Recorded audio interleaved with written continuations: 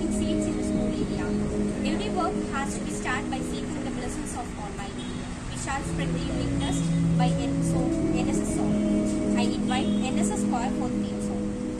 Oh, manassu nannavatte, madamedengilumagatte, manavahrittin chillayilellam മാൻപുകൾ വിടരട്ടെ. മനസ്സു നന്നാവട്ടെ. I welcome all who gathered here for the function of sowing the seeds in our school campus. Thank you.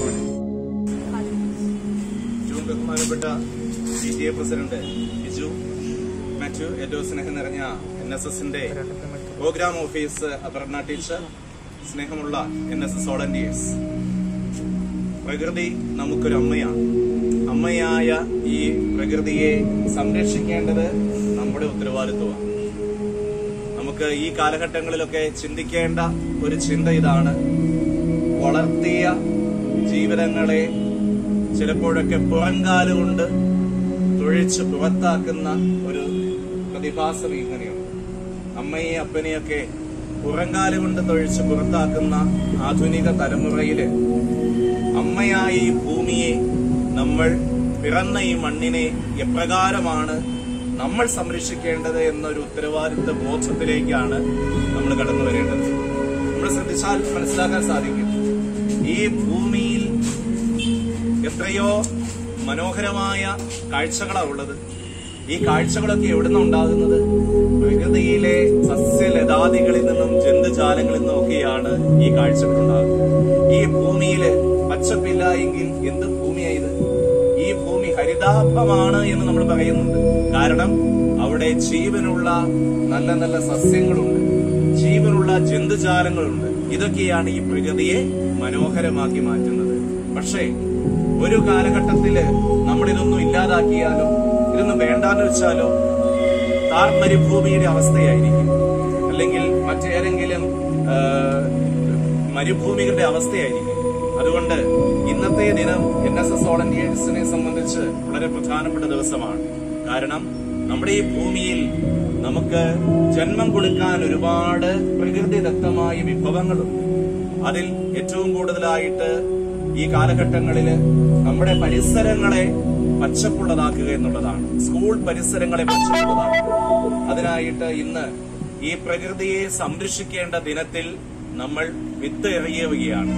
ഈ വിത്തെറിയാനായിട്ട് നമ്മളെ പ്രേരിപ്പിക്കുന്ന ചേതോവികാരം ഇനിയും നമ്മുടെ school പരിസരങ്ങളിൽ ഈ ഒരു തണലുള്ളത് കൊണ്ടാണല്ലോ നമ്മൾ ഇവിടെ നിൽക്കുക.